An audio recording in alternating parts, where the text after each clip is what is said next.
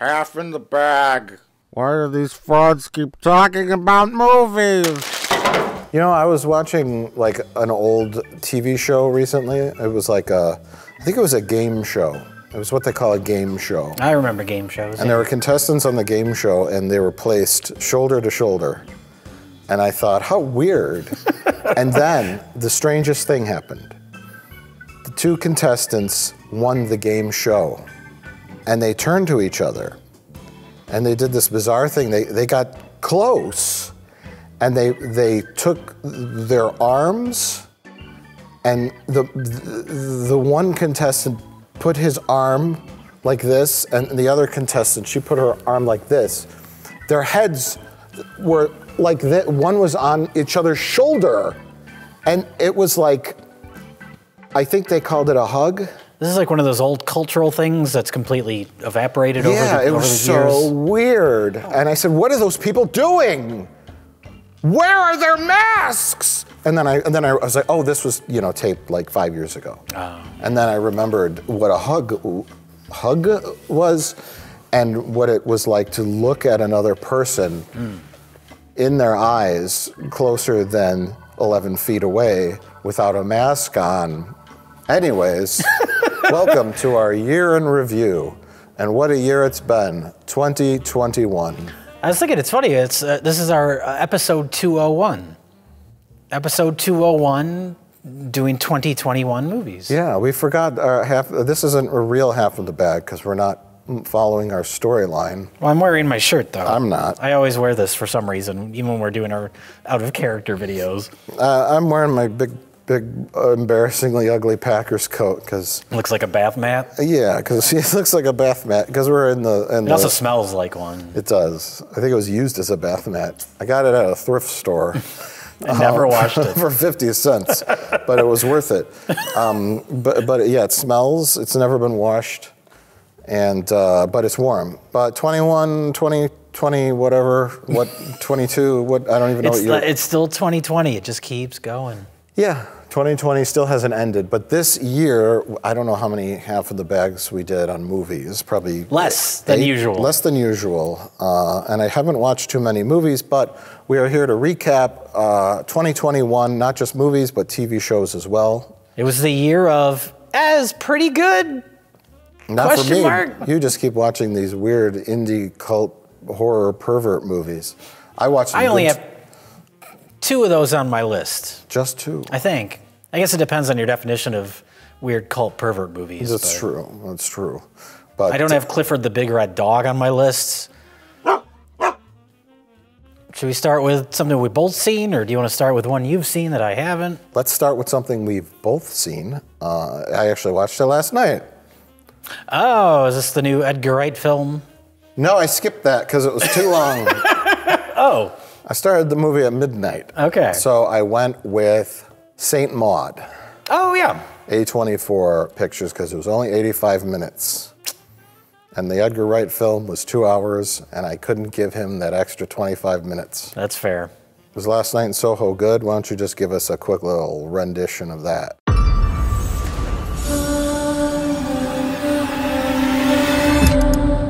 It's similar to, we did Baby Driver when that came out, and I think we both kind of appreciated the technical qualities of it, not so much the story. There's something about the stuff that Edgar Wright has done on his own without Simon Pegg co-writing that's missing that kind of like, that heart or that cleverness. And Last Night in Soho is another example of that, where it's like, on a technical level, it's incredibly well made, the lead performances are great, but it's just, it's missing that, it's missing something. It's missing that spark. But I'm surprised it's gotten as good of reviews as it has, because the last act goes full Brian De Palma, which means it's completely over the top. You're constantly aware that you're watching a movie, and it gets kind of ridiculous, and I appreciated that. Okay.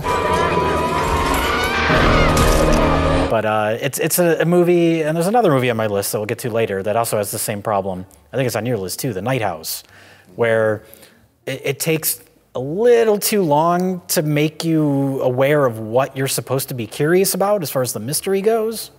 Where you're like, okay, this is moody, this is atmospheric, it's technically well done, but what am I supposed to be getting out of it? And it takes just a little too long to get to that point. The middle of Last Night in Soho gets very repetitive, where it's because it's a girl that kind of keeps having these visions or these dreams or flashbacks or whatever you want to call them to a girl in the 60s, where she sees herself as this girl. And so there's a lot of that where it's like in one single shot where they're going back and forth between the two girls, and it's really well done, but it goes on for so long. And you're like, okay, but why? What is this? And then you get to that point and it's kind of satisfying. But like I said, it's missing that kind of cleverness to the script. That's Last Night in Soho. It's okay. It's pretty good. St. Maud, on the other hand, I didn't realize you were going to watch this. I didn't even put it on my list. I liked it a lot. Well, put it on your list, and then we can talk about it. Oh, we can't talk about it until I physically put it on my list? Yeah, I'm sorry. It's a rule. It's a mandate. Hold on. They just passed the mandate. St. Maud mandate. Okay. Yeah. Is it Maud? Is there an E at the end? There's no E at the end. It's M-A-U-D? M-A-U-D, and make sure it's properly capitalized. Okay. All right, it's on my list. Okay, now we can talk about it. Okay, thank God. Dear God, your presence graces the air, and soon everyone will see. But A24 has a 99% quality track record. I'm like, hey, what, St. Maud, what is this? It's got some religious undertones going on in the trailer, some kind of spookiness. It looks creepy. It's 85 minutes, quality entertainment for the family. The kids are gonna love it. Put it on after the Bozo show. They're gonna be into it. No, it's Speaking of Bozo, that's a random thing to bring up, but I just learned this. David Arquette, the actor, owns the rights to Bozo. He just bought the rights to Bozo, and now he owns Bozo. Hey man, I was on the Bozo show. Have we talked about this ever? I don't think we have.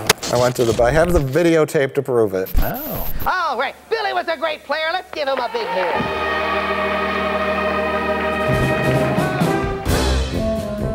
I was like 6 years old, and I went with a neighborhood friend and his mom, and it was hard to get tickets in I Chicago, remember that. I think we apply. You have to apply to get tickets or something. I think we tried to. They got 4 tickets, and they're like, "You want to go to the Bozo show?" And I said, "Do I?" But then it was a genuine question. Yeah, Do I? Yeah. No, I went to the Bozo show, and I the night before I dreamt that I would be the little boy, because I would always watch it and be like, "You fuck up. You throw the ping pong ball and you miss the first bucket. You little fuck up." And I'm like, I'm gonna throw it in the last bucket. I'm gonna get all 10 buckets. I'm gonna get the bike, everything. Mm-hmm. Even though it's a sham to advertise for products, I'm gonna get all those buckets. How could you fuck that up? The first bucket. And then we got there, and I was seated in the very top row, barely on camera. And when they did the Bozo-puter, remember the Bozo-puter? Yes. They would randomly select a little ticket stub to see who goes and plays the Bozo buckets. Mm-hmm. I didn't get it. And that's when I learned that I was a loser. Would you say that was the first of many disappointments in your life? Oh yeah. It was like at that point, that was just... It's been all downhill. That was my moment when I realized I would fail at mostly everything in my life. The Bozo-puter did not select my number, I was done for. Yeah. Let's take another ping pong ball, aim for bucket 3. Oh, that was so close. You fuck up. What's worse, you didn't get picked, or if you had gotten picked and you didn't get the first bucket? Oh, I would probably have killed myself. I would have found a tiny rope and a very, very low-hanging support beam somewhere. Okay, all right. Anyways, back to St. Maud. Yeah. St. Maud was great. First-time director, Rose Glass. Kind of a memorable name. Rose Glass. It sounds like a fake stage name. It's true. Sounds like a lounge singer's name. But she did a great job. Made a damn good religious horror film. Yeah, it's real quick. The premise is a young woman is a home caregiver, like a hospice nurse who takes care of patients. She had some kind of traumatic incident occur in the past that broke her psyche, and she now thinks she's talking to God. it's fairly straightforward in terms of the narrative. Yeah. She is clearly delusional, and it's not overly ambiguous no. like some of these types of movies can be. No, I think it strikes that right balance of being kind of atmospheric and sort of surreal at times, but always letting you know what's going on. Right.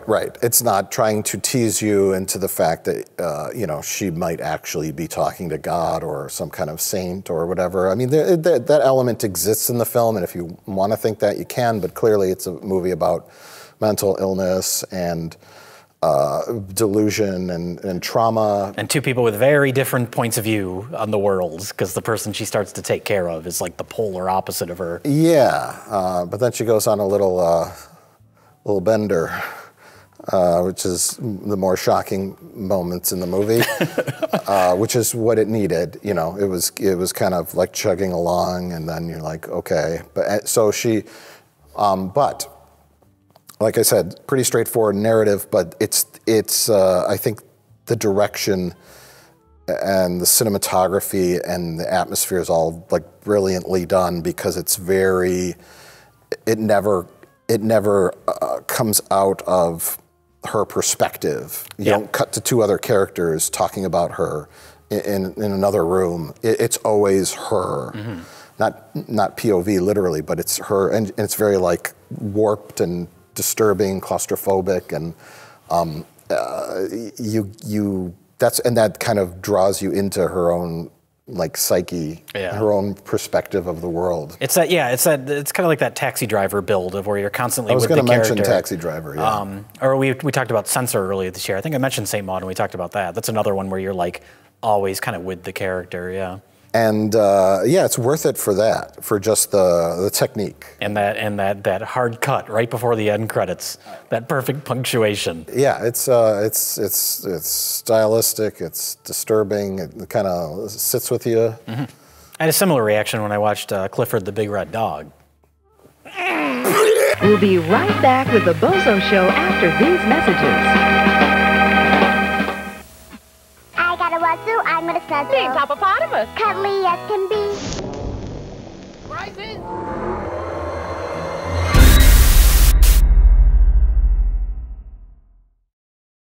I did see a movie, and we'll just go right into it now, continuing the A24 train. Is it Lamb? It's Lamb. Nóra að segja tímaferðalag séu mögulega. Ekki það að ég eitthvað erindi fram í tíma. Það er bara gott. This is a movie that feels like the people that don't like those A24 slow burn movies, now I understand them. Because that's what Lamb was, where it's like, okay, it's very simple, it's very slow burn, but I'm not getting anything out of it. Little kid's got a lamb head. Don't they find a baby lamb and they're like, well, I would love this baby lamb? There's some backstory. It's Numi Rapace and her husband, and they live on this farm. And one of their lambs gives birth to a lamb with a human body, or a human with a lamb head, whatever you want to call it. Oh, wow. And there's a vague, there's no explanation for it. Like Lamb Chop? That Garrett Kids show? Well, that's where the lamb had a human attached to them. Oh. Sherry Lewis they were, like conjoined twins. But no, there's like some vague backstory about Numi Rapace and her husband have lost their child, so they kind of take this new half human, half lamb thing as their new child. The actual mother of the lamb is constantly like outside their house bothering them because she wants her lamb back, so Numi Rapace shoots her. So then there's something about like messing with nature, like is it the lamb's child, or the humans can't just take the child, but it's all so vague. I ask myself that same question every time I have a year-old. Is this my lamb? It is now. You're gonna give birth to it later. It's not really a horror movie, it's more of a kind of family drama, right, with this weird twist to it. Okay. Which is fine, but I mean, if that's your building block is the lamb, and then the characters should elevate it, and there should be. But you're saying the characters really don't. Yeah. Okay. Like I said, there's some vague backstory about them losing their kid. That's kind of all you really get. So the lamb plot should propel those backstories, and then that's when you get into the meat of that, like a gyro. Some tzatziki sauce. Squirt that tzatziki sauce all over it. That's going to be the sequel to Lamb. It's just going to be called Euro. Euro. We know what happens to the lamb after the movie. Right. Is that cannibalism? If it has a human body? I don't know. That's a question. That's a question for Lamb too. Euro. Right. Yeah.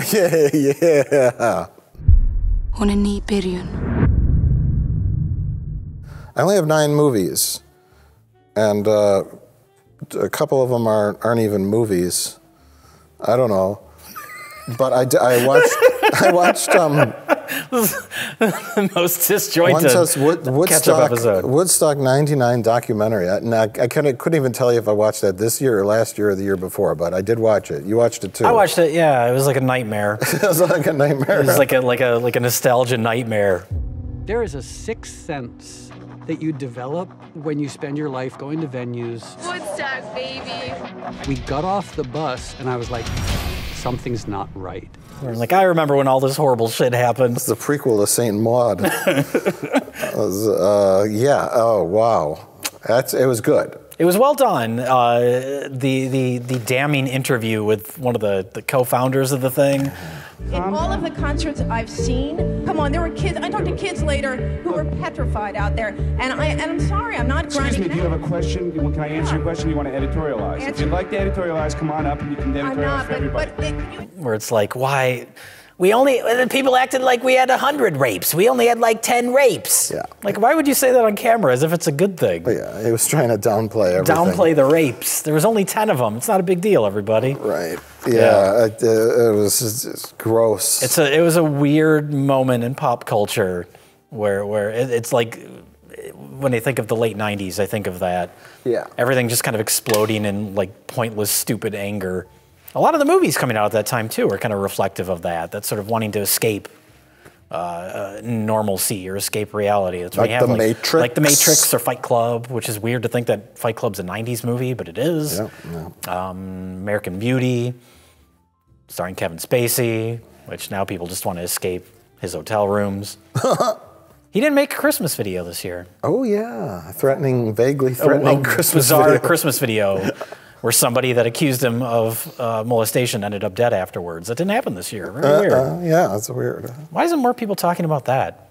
4 people that have accused Kevin Spacey are fucking dead now. Should I not mention this? Yeah. Let's move on. Let's move on. Let's cancel our Corey Feldman interview. Yeah. Where is Bryan Singer? Is also Jay. It's a very good possibility there is a network of sexual abuse going on in Hollywood amidst high-level movie producers and people with power. What would give you that idea? It's just a guess. I have a movie about that. We're going completely out of order, but should I mention my movie about that? Sure. We're going to do it. We're going to do it. Okay. But I was just saying, yes, the reason why the Kevin Spacey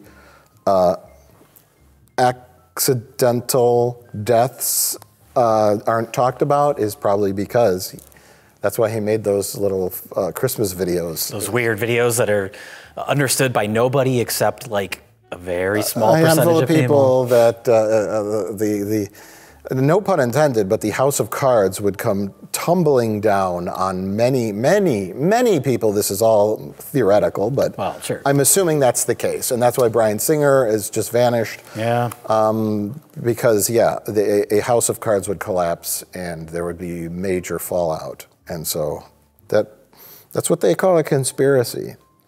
And some conspiracies are actually real. Most are not. But what is this movie that you watched? Oh, it's a conspiracy-related movie. This is far from the best movie I saw last year, but the most exciting. It's called The Scary of 61st. Can we afford this? Something extremely sinister happened in this apartment. And it's a true exploitation movie. Not in the sense of like it's trying to do like a retro grindhousey thing, but just in the sense that it's super low budget, shot on 16 millimeter. It's very messy. The acting is all over the place, but it has a real kind of like DIY kind of guerrilla filmmaking spirit to it. And it's taking something from current events and exploiting it, doing it in a kind of tasteless way. It's about two girls. One of them is the co-writer and co-director. They move into an apartment building in New York, and another girl shows up, knocks on their door, and explains to them, hey, I think this apartment building used to belong to Jeffrey Epstein. And then it spirals out of control from there. One of the girls starts to get possessed by the spirit of one of his victims, and it gets really fucked up and disturbing. And then the other girl goes down a rabbit hole of conspiracy theories, not just the Epstein stuff, but like they mentioned like Pizzagate, like every conspiracy theory. And so the girl that tells them that this used to be Jeffrey Epstein's apartment kind of like makes them become worse people. And it just spirals into madness. But like I said, it's shot on 16 millimeter. It's very, like they actually go to whatever Epstein's like main apartment or house in New York was, where it's got like his initials on the outside of the building. They just go there, and the girl that's possessed starts just like masturbating on his front steps while touching his initials. And it's just like, it's so far gone. And like movies aren't made this way anymore, where they're this kind of like confrontational and not concerned about tastes. So it was very exciting on that level. Now you got this is a video nasty that you got from a store clerk? No, it apparently played at like, I don't know if it was Sundance or it played at some film festivals. Where'd you watch it? It's streaming now. iTunes or something? Yeah, you can watch it anywhere. Summer of 61? The Scary of 61st. A Scary of 61st. Which is a bad title, because ironically the word scary is a funny sounding word. Sure. It's like in your face and not like trauma, like trying to be offensive. Sure. Like it's taken more seriously than that. But it is just like unafraid of what anybody thinks of it, and I appreciated that. Well, that's certainly a breath of fresh air. I'm gonna have to watch this. It's something.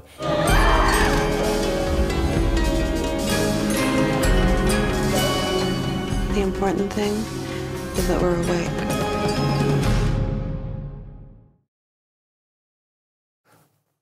Well, I watched Being the Ricardos. A thing about a fucking movie about Lucille Ball. Action! Lucy, I'm home. I was kind of curious about that, but I feel like it's Nicole Kidman, right? She seems like a weird choice for that because she's like 97 years old. Lucille Ball wasn't a spring chicken when she started the Lucy show. In fact, there's a bit in the movie about that. The problem is you're really 39, aren't you? She gets, her contract gets canceled because she's like 38 or something.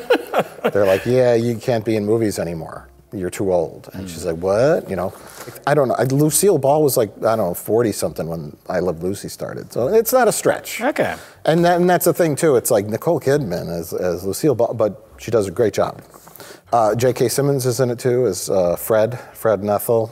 It's not like a movie about Lucille Ball's life. It's one of those, I was trying to think of a good comparison, like in terms of like a true life movie where it just, instead of, I guess Ed Wood would be a good example, where it doesn't go through the entire life of the person, but it takes just a very one thing. Sliver. And this, it covers a week. Okay. And it's interesting because they're filming the I Love Lucy show, and there's all this, the Red Scares going on, the people calling each other communists, and Lucille Ball, and when she was younger, she checked the box on a voting form as communist, because her father was, and she didn't, she was just like, I don't know, whatever. And then it came back to haunt her, and they were like, and they're gonna release this news article, and there's all this stress, and they're trying to do a taping. Desi's cheating, there's all this stuff going on. It's not something I would typically watch, but I was just curious because I kind of like the biography movies that are just a little sliver of time in someone's life, where it doesn't gloss over stuff. Yeah. It really like, because you can't make a movie, a 2-hour movie about someone's entire life. You tend to rush through things, but it just took a little sliver, and I was like, neat. But the most important thing about the movie, Jay, is that Bordner's is in it. All right. They walk out of Desilu Studios. And L.A. War's famous Bordner's. Yes. Her and J.K. Simmons. He's like, come on, Lucy, let's go get a drink. I got to talk to you about some things. And they leave Desilu Studios, and across the street is Bordner's. They go, it's like a vintage famous bar, and they go in Bordner's, and they're sitting in there. I'm like, that's where he fought the guy in LA Wars.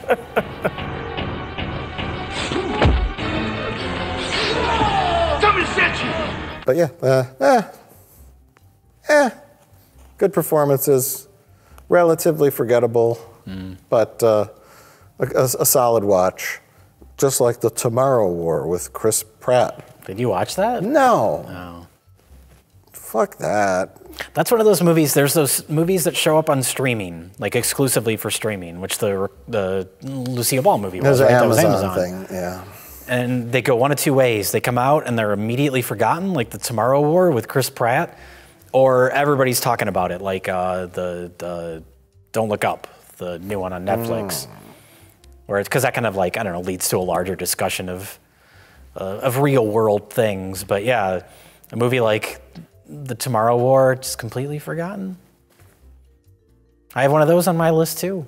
What's that? Look at that! Look at the way we're segueing all over the place. More segues than Mall Cop. I don't know. Paul Blart. When are they making the third Paul Blart movie? It'll be direct to Netflix, right? Oh, sure. When's that happening? Yeah. It happened. Just say it happened. It happened. We forgot about it. A bunch of fatzos in trailer parks watched it and laughed. It's on a server somewhere next to the Tomorrow War with Chris Pratt. Yeah. No, but I watched, this was an early 2021 movie that I recommended to you multiple times, Netflix movie called Bad Trip with Eric Andre. If you're ever in Manhattan, I'll show you around. Great. Okay. Yes. I'll see you Great later. seeing you, Chris. I kept telling you to watch it. I know you would love it. Then you haven't watched it. I watched it a few nights ago. Oh, you did watch it? Yeah, you idiot. Oh, I didn't think you watched it. It's on my list. Didn't you see my list? I guess I missed that one. Oh, it's not on there. Oh, see? Yeah, whoops. Maybe you were having a bad trip when you wrote your lists. Bad Trip, yep. You were right to recommend it. I did not love it. Okay. I liked it. What are you looking at? Huh? Hey, he's fine. See, that's kind of where I fall, too. It's kind of thing I enjoyed it, but I assumed you would get more. You like those, like, Bad Grandpa, Borat, hidden camera, kind of formed into a narrative movies. Yeah, well, this is a straight-up scene-for-scene remake of Borat. I mean, him and his friend are going cross-country to find a lady. I think Bad Grandpa's kind of I haven't seen Bad Grandpa, but that's another kind of road trip. That seems like the perfect structure for these type of movies, because you can get lots of different little scenarios. Yeah. And you could drive through the South, where people are apparently so stupid they don't realize they're on a hidden camera prank thing. That's what they do. That's their MO. Sure. That's what Borat did. Yeah. Borat wanted to find Pamela Anderson, and he brought his producer friend with him. And they drove in an ice cream truck. Yeah. Eric Andre is in love with his high school crush. She barely even knows who he is. She barely, yeah. And she runs an art gallery in New York City, and he's in Florida, so they have to drive up from Florida to New York City, and he brings along Lil Ray. The guy he's like the security guy in Get Out, whatever that actor's name is. Yeah. I think they steal his sister's car. Yes, played by Tiffany Haddish. His sister broke out of jail. She has a Ford Crown Vic that's painted pink. It says "bad bitch" on it. So they steal her. The wacky car, friend, road trip, going to find a girl. It's all classic comedy formula stuff for this type of movie. Yes. It's just a loose framework to hang lots of dumb set pieces on. Yeah, and that's the thing is, I think there's two different types of hidden camera prank stuff. And Borat went for a little bit of both. There's the shock, there's slapstick, and then there's like cultural stuff. Borat focused more on the cultural stuff. Oh yeah, Borat's satirical. This movie is just an excuse for dumb Borat gags. was trying to say something, make a statement about American life and I don't know, xenophobia and racism, and he's playing a guy from Kazakhstan who doesn't understand American culture, and that's the bit.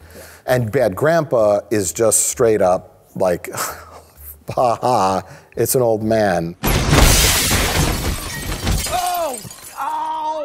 Doesn't he shit in a restaurant, like all over the wall or something? Right on the wall. I only know that because you've told me. I haven't seen it. There's a lot of like stunts and wacky stuff, and Bad Trip had a lot of that too. But there's lots of like stuff that was uncomfortable. That was the Tiffany Haddish stuff, because she's committed to the role. I would say she does a good job in the role, but it's not funny. It's more uncomfortable because she shows up in places and keeps talking about how she's going to kill them. And everyone just looks like it's not funny. Yes. It's more just like, it's awkward. Her parts, I don't know her as a comedian. I don't think I've seen a movie with her in it. I'm familiar with her name and who she is, but so I can't really judge, whether or not she was funny in it. For me, the character and how she played it, 100%. She plays it really intense. You too. Don't say nothing. I remember faces. And then there's other scenes where, she's the villain in the movie, so they keeps cutting to her, like, kind of on their tail. Yeah. She breaks out of prison, and she steals a cop car, which I thought was hilarious when she ripped the door off the cop car. like physical comedy like that. Yeah. That's just so, like, shocking. They're like, what? That stuff's funny to me, but there was just so much of it that ended up being uncomfortable. And then I think of this nightmare world that we live in, where you have a situation like that, and I felt like nervous, even though I know nothing happened because the movie got released, but I feel nervous for the actors involved, like when they're in this situation and you never, like, some weirdo could just pull a gun out and decide to take matters into their own hands. I guess. Do you know what I mean? Like there were several moments like that. They where show I'm like, during the end credits. They show some of the behind the scenes stuff. Yeah. And Eric Andre, at one point, he has a safe word when he's walking around the bar and he's like pissing himself. Bumper. I'll shower and play pool with you if you want. I guess he don't understand. No, okay, all right, goosebumps or whatever. Popcorn. You could tell he's just fuming mad. He's like, go to the fucking bathroom. Things can get violent very quickly. Yeah. Someone could pull a gun. It was just like situations like that. And I know nothing happened, but that kind of uncomfortable humor isn't as funny to me as the like shock stuff. And this movie has a lot of that too. It reminded me a bit of Freddy Got Fingered. Eric Andre's character is like a traditional kind of dumb comedy protagonist that's taken up to the point of being psychotic. Yeah. Eric Andre is very funny, and his show is very funny. And he's good at the physical comedy. Like, there's lots of smashing things on his show, and that's kind of insane, destructive slapstick. And then it ends for no real reason in a White Chicks homage, just 'cause. Yeah. The plot's over. We'll just do this now. Well, they had the videotape in her car, remember? They do set it up. They set it up. That's kind of the interesting thing about these types of movies, is seeing the ways that they try and make it work in editing to bear resemblance to a real movie. That's kind of fun. Yeah. And you see the bits where it's like clearly a hidden prank thing where they were expecting bigger reactions or something more to happen, and it doesn't really, but you got to keep the scene in because it's important to the plot. So it's like they just edited it down as much as possible just to get the point across, and then they move on. Yeah. It's an interesting art form, craft. It takes skill to do it. It's not completely controlled. You get what you get. I love the shock humor.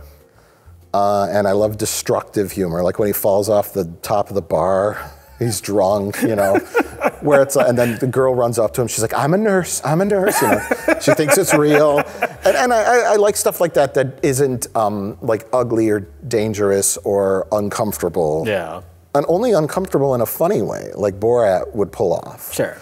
Like the dinner party. But but that's stuff where it's more, he's like an innocent, he comes across to people, Borat does, like kind of an innocent, kind of idiot character, as opposed to like Tiffany Haddish in this, where she's so angry and confrontational. Borat would bring It'll elicit a different reaction from people, yeah. Borat brings out the ugliness in people, Tiffany Haddish personified the ugliness and brought it in to a situation with normal people.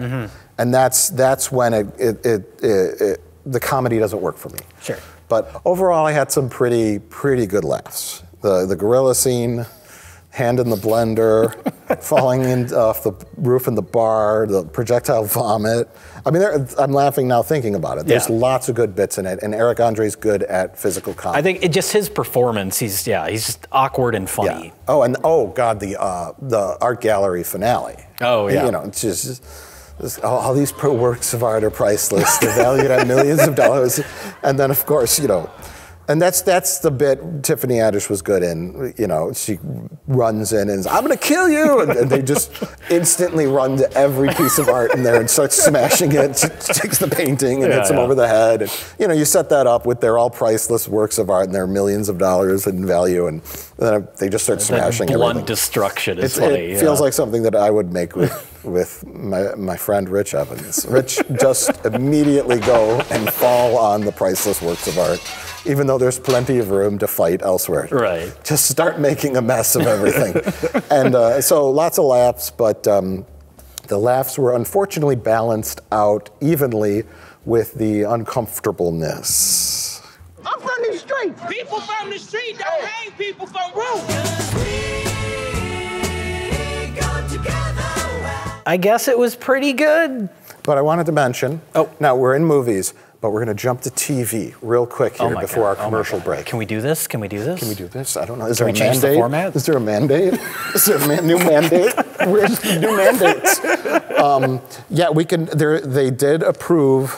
The governor of Wisconsin, Tony Evers, your high school math teacher,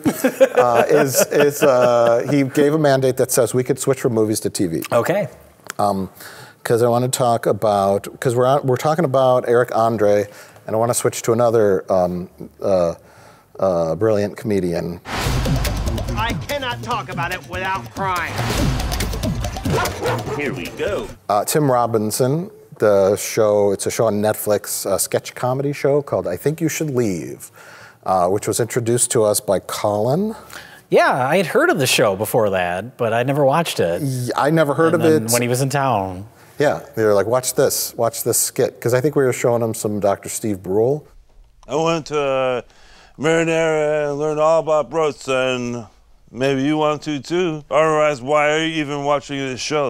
Colin had never watched Check It Out with Dr. Steve Brule, so we put on some of those. Then he was like, if you want to watch something else that's funny, watch I Think You Should Leave with Tim Robinson. And I was like, what's that? I guess he was a writer for SNL. He was on the show on camera briefly, but then he mainly did writing. I don't know. Yeah, that was the weird thing when we were watching it with Colin. We were all like laughing hysterically, and it felt like such a fresh kind of comedic voice. Yeah. And I was like, where the fuck did this guy come from? Yeah, he just like seemed to come out of nowhere. Absolutely insane, and it's just like humor that's right up my alley. Yeah.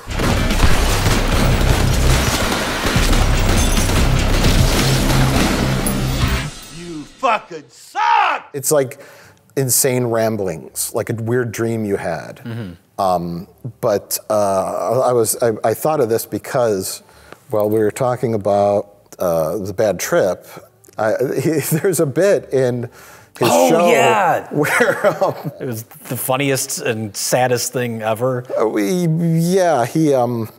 It starts off with like, "Hey, we're gonna do a prank show, you know, and I'm gonna dress up like an old man," and it's clearly a nod at the Johnny Knoxville's grandpa character. Yeah, they have the montage of him getting in the makeup, and you're expecting it to look good, like Bad Grandpa, and it just looks like shit. You expect, they set it up, and that's part of the brilliance of it is they set it up is it's gonna look just perfect. Yeah. He's gonna look like an old man. He's gonna fool people. He's gonna go to a shopping mall and fuck with people. And the makeup looks terrible, and he's got this bodysuit on that's like muscular. It's too much fucking shit on me. I can't breathe. They just cut to the mall, and he won't move. Then it becomes like, and that's I haven't seen it. There and screams. I haven't seen as much of the show as you have, but that's kind of the brilliance of it. Is it does that, and that's the comedic bit. But then it goes on further to the point of being like almost esoteric and like sad and yeah. I don't even want to be around anymore. What? I don't want to be around anymore.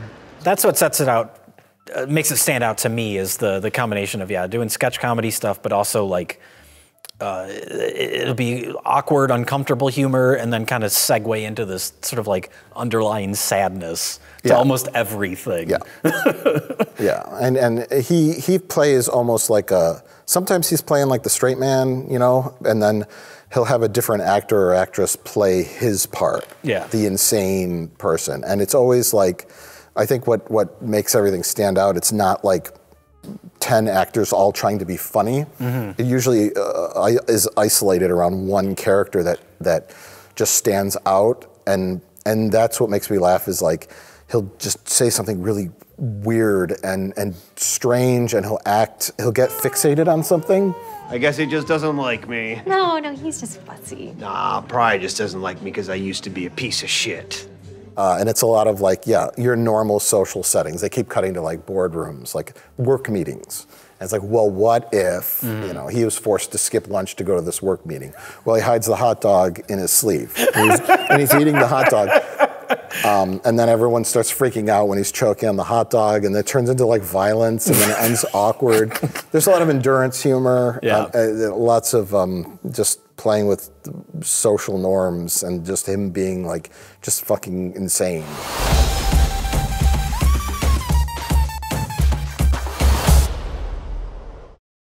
Oh my God, where did this table come from? I put it there. It just magically appeared. Well, I have a thing of coffee. Mm.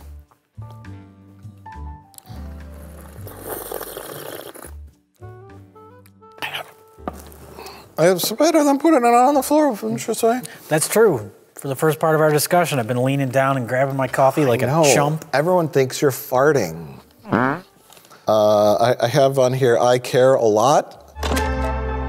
You have to come with me. And remember, I'm here to help. Oh yeah, I think that was another Netflix thing, right? It was, and I rather enjoyed it. I don't want to talk too much about it, because no one gives a shit. Is Peter Dinklage in it? Yes. Okay. That's all I know about it. And did you watch it? Pike. No, I haven't seen it. Rosamund Pike. Rosalind Pike? Rosamund Pike? I don't know. Gone Girl? Yeah, you're confusing me. And Peter Dinklage well, she's kind of a villain. She runs a scam where she steals the identities of elderly people, or tricks them into going into a home, and then like takes control of their estate and profits from it. And Peter Dinklage is onto her. It's a good movie. Ow! It was interesting. It was a unique concept, but you gotta like that Peter Dinklage. He's great. He had some words lately with fans that didn't like the end of Game of Thrones. Did he say get a life? He said fucking get a life and move on. Oh my God, I have two segues I could go here. I could go with the ending wasn't satisfying to a TV show segue, or I could go with the elderly abuse segue. Oh, which one do I go with? Which one do you think I'm going to pick, Jay? They'll both lead to talking about things you probably don't care about, unfortunately. Well, maybe you'll care about one of them. I'll go with the one you maybe will care about, and that is... Jay, I care a lot. Oh, call back. Oh my God. Recent callback, oh my God. But call back. We're too clever for our own good here. Is that all you have for I Care a Lot, I guess? Yeah, it's been so long since I've seen it, but I wrote it down because I liked it. Okay. There's some good stuff in it. I just don't remember what. That's the problem with some of these movies, and we always talk about how much we would love the death of cinema, the death of theaters. But when you watch stuff at home, sometimes it's kind of in one ear, out the other. Right. Things don't always stick. I mean, if it's really, really good, regardless of where you watch it, it'll stick. But yeah, that's true. When you have a middle of the road movie, like, eh. Yeah, my next movie is called Middle of the Road. Oh my God, that's not true. Don't remember anything about it.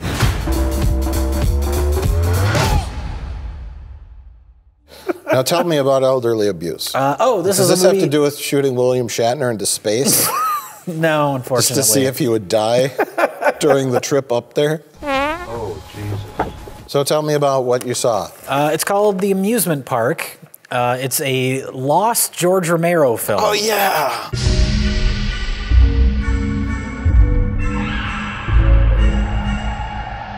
There's nothing outside. I'm going outside anyway. There's nothing.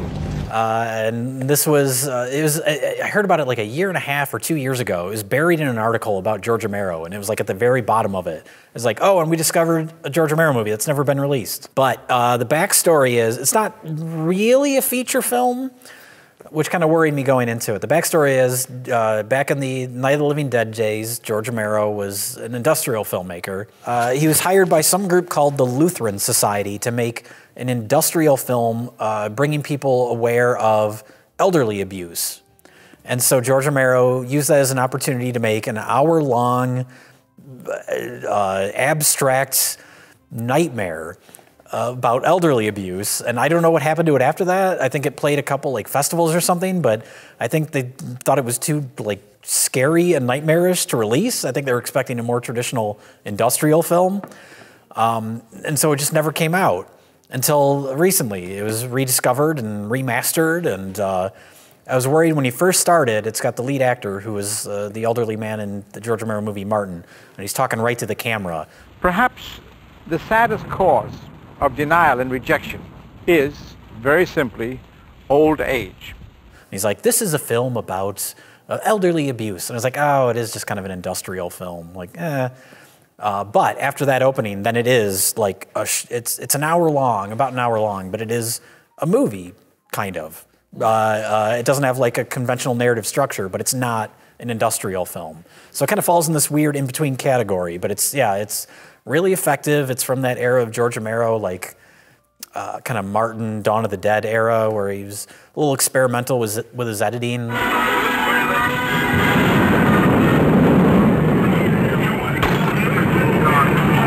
Like the scenes in Dawn of the Dead when we're cutting back and forth between like the mannequin heads and them shopping, and it has that kind of vibe to it.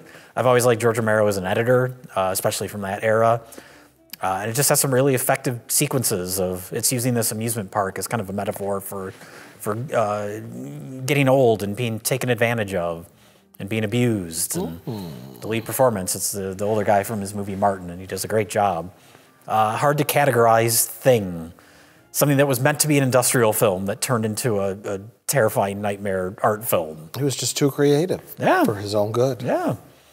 God bless him. Rip. He didn't understand the assignment, as they say, and just made a George Romero movie. So it's, I don't know, I think it's exclusive on Shudder, the streaming service Shudder. I think that's the only way you can watch it. But it's worth seeking out, especially if you're a fan of George Romero.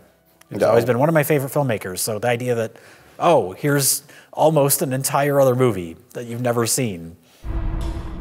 There's nothing out there. I'll see for myself. Bye. Now, you said disappointing endings? Oh, yeah. That was your other... That was my other segue. Yeah. Do you want me to go into that, too? Talking about the TV show Dexter.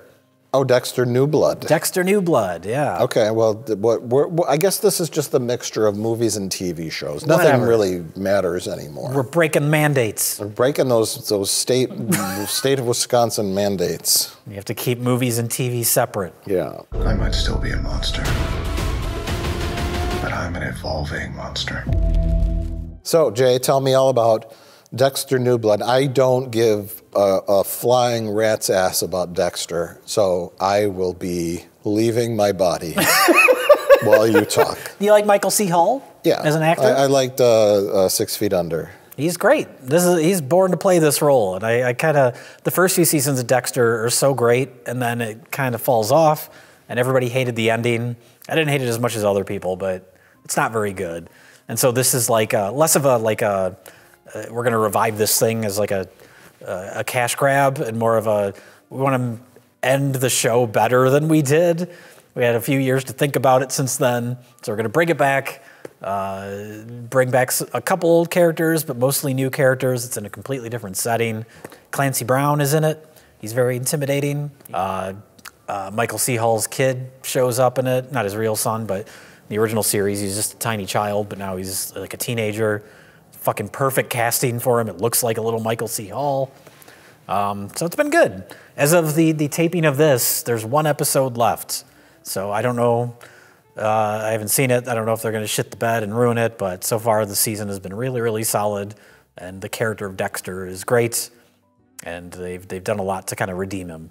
Is it and redeem the series? Is it going to continue on? I think the idea is that this is it. Series? Okay. I think this is it. I guess we'll find out with this final episode. That might be a lie. So by the time I'm editing this, I'll know how it ends. So I'll just insert an emoji here on my reaction to the ending.